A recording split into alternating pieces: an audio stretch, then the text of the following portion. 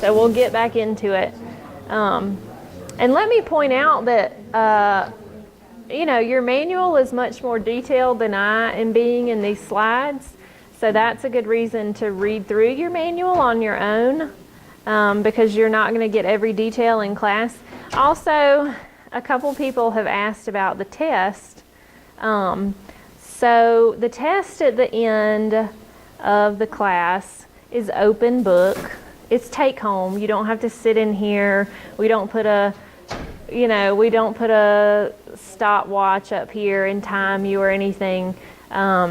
We ask that you work on it individually, not necessarily in groups, but it is take home. And really the whole purpose of this is we want to teach you how to find this information. We want to teach you how to be able to look up this information, how to be able to find reputable sources, and how to find this information, from a good, reliable source where you are able to relay that information to somebody else who might be asking you a question about something. So you don't have to know all of this stuff, in your head, stored up in here, where you can just whip it out.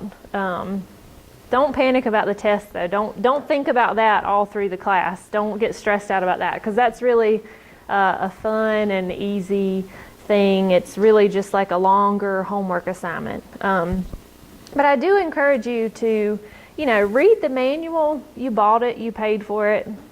Might as well read it. And do the homework assignments. They're not hard. They don't take very long. Trust me, there was some really long homework assignments in there that we took out because we were being nice. So, watch it, or I'll throw them back in there. I'm not collecting your homework assignments and grading them every week. This isn't high school or college where you're getting a letter grade at the end of it. This is for your benefit. The homework and the assignments and the activities and reading your manual, that's up to you. You're in this class. You paid for this class.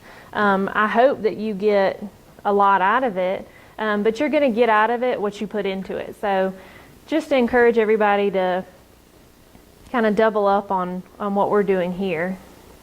And, the reading the manual is preparing you for what we're going to talk about in class.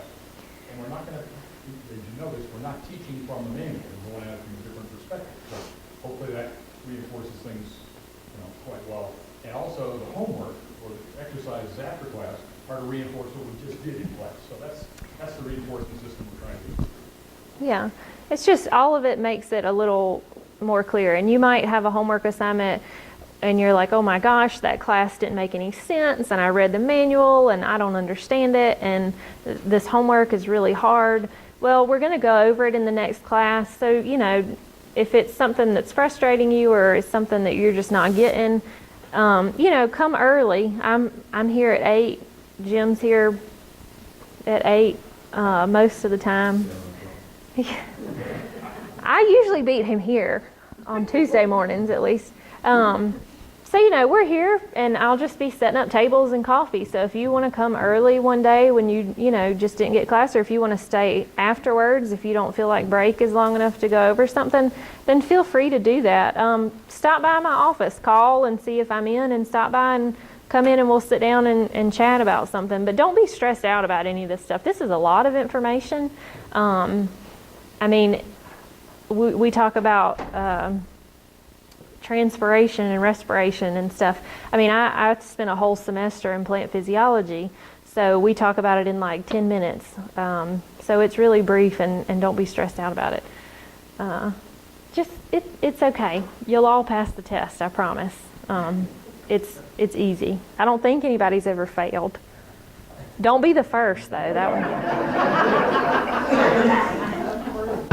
Don't be the first. No pressure, but don't be the first. I don't know if that makes it better. Nobody's ever failed it. I don't know. That might make it worse. But either way, y'all will all do great. So, bud orientation.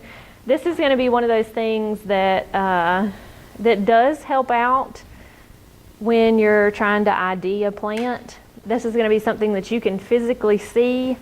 You don't have to dig up the plant. You don't have to look into it. You can just look at the outside and you can tell what it's the orientation of its buds and leaves are. So we'll kind of go through those real quick. So this is a photo of a plant that has opposite bud leaf orientation. So as you can see, this just means that if you look at the stem, the leaves are going to be exactly across from each other. Anybody know what this plant is? Looks like a lily. Yep, waxy dark green leaves, opposite. We'll go through some plant ID keys in a later class. This is going to be the type of thing that comes up as an identifying feature. So it does help. Just go outside and look at some of your shrubs and bushes in your yard and kind of pay attention to this. Maybe on a different day. It's a little chilly today. But yeah, so this is pretty simple. It just means the leaves and the buds are opposite of each other. So next is alternate, meaning they're alternate orientation from each other. So this one's kind of harder to tell, but anybody know what this plant is? Jim? Ivy. No, not ivy. Jim knows what it is, don't you? It's a hydrangea. Yeah. So see, you'll be like, what the heck? I have no idea what this picture is. But get familiar with things like bud orientation and you'll be able to be like, impress all your friends. Be like, yeah, that's a hydrangea. Like, what? How can you tell? Yeah. It's impressive, right? So yeah, again, just means that the buds are alternate from each other, up and down the stem. Whorled, it means usually that it has 3 or more buds. They all come from the same node, and just like it says, it kind of whirls around the stem. Anybody know what this one is?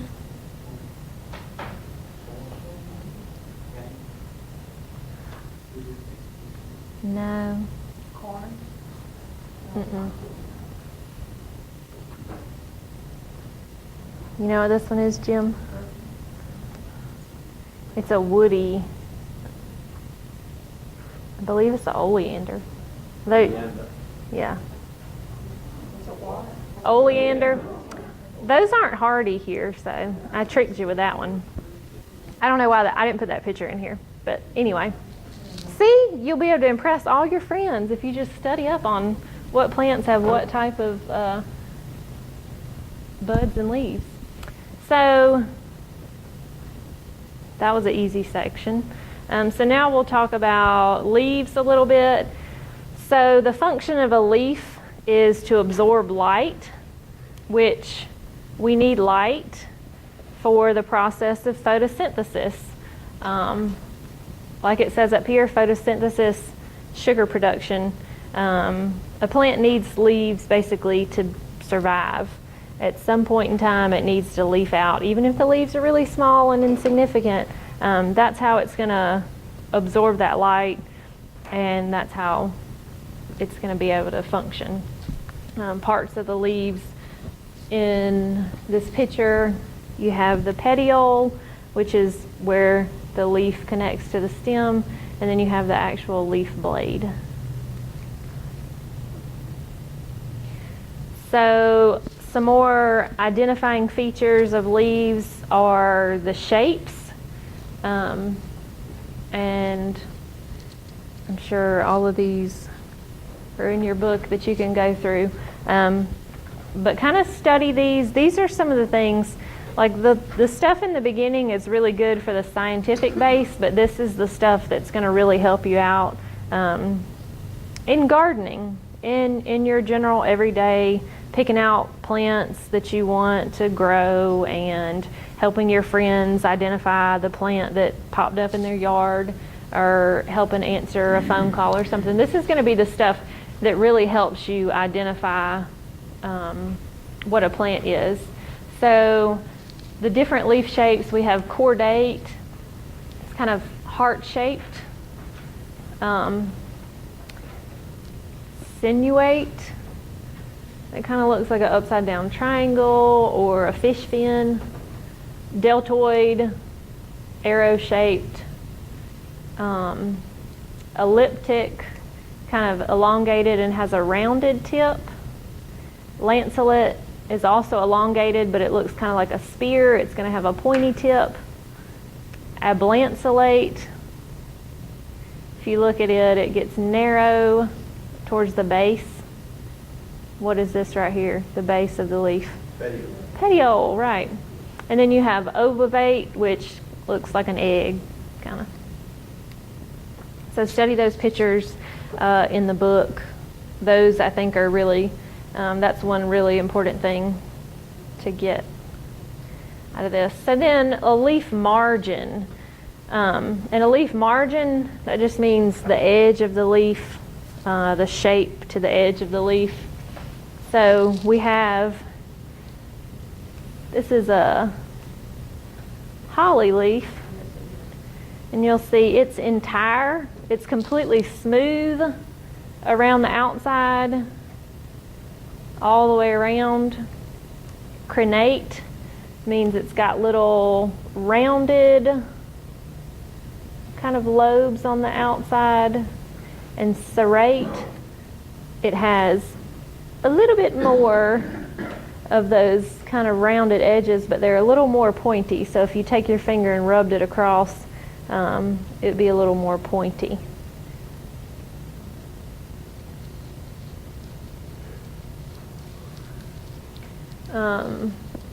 And then here's just some more.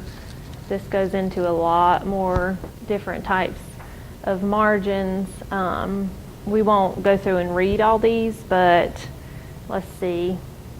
What does this look like? Right, a white oak. Yeah. So it's got smooth edges, but it's got these little indents in it that's lobed. That's the species of it. I don't know.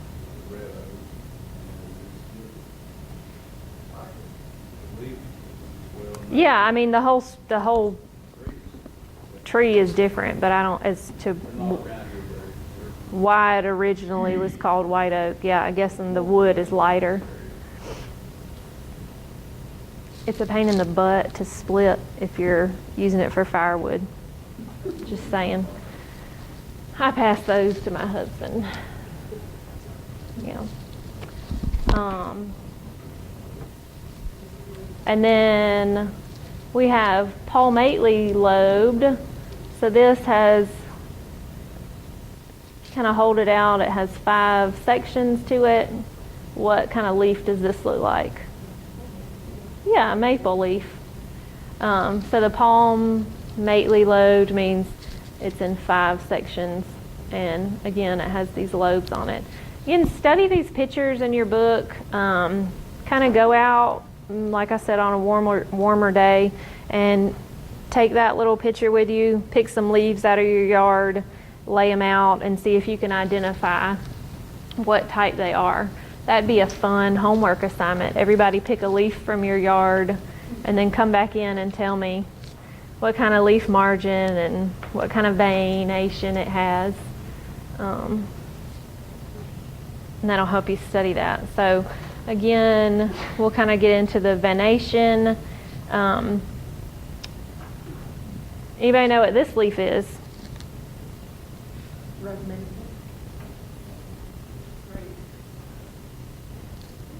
Looks like a grape.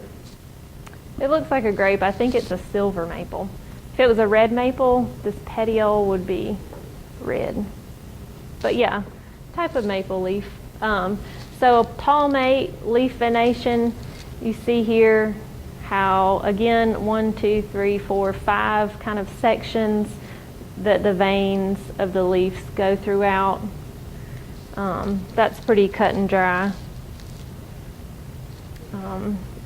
Pinnate, we have one central vein, a midrib through the center of the leaf, and then these outshoots up the side of it. But one central midrib all the way up. Parallel, this picture is kind of hard to see it, so examples of parallel leaf venation, a hosta. Yeah, Dracaena, plantain. Yeah. So those are some examples of parallel leaf venation. Just means up and down. It doesn't have any going this way. They're all up and down. Ooh, that picture is super blurry. So 3 primary types of leaves. You have palmately compound, pinnately compound, and simple. I don't look at this too much, it'll get you woozy, but palmately compound just means these are separate leaflets that make up one leaf. So it has 5 little leaflets that make up this one leaf. And so how we know that each one of these little things is not a leaf is they all come off of one petiole. Do I have a white walnut's like that. A white walnut. Oh, okay. I'm not familiar with a white walnut. A black walnut would be an example of pinnately compound, which is this right here. So this one has 9. Generally, it's an odd number of leaflets, and again, it has one petiole that connects it, but all of these little leaflets make up the leaf. And then you have a simple leaf, which is just a single leaflet coming off of the petiole.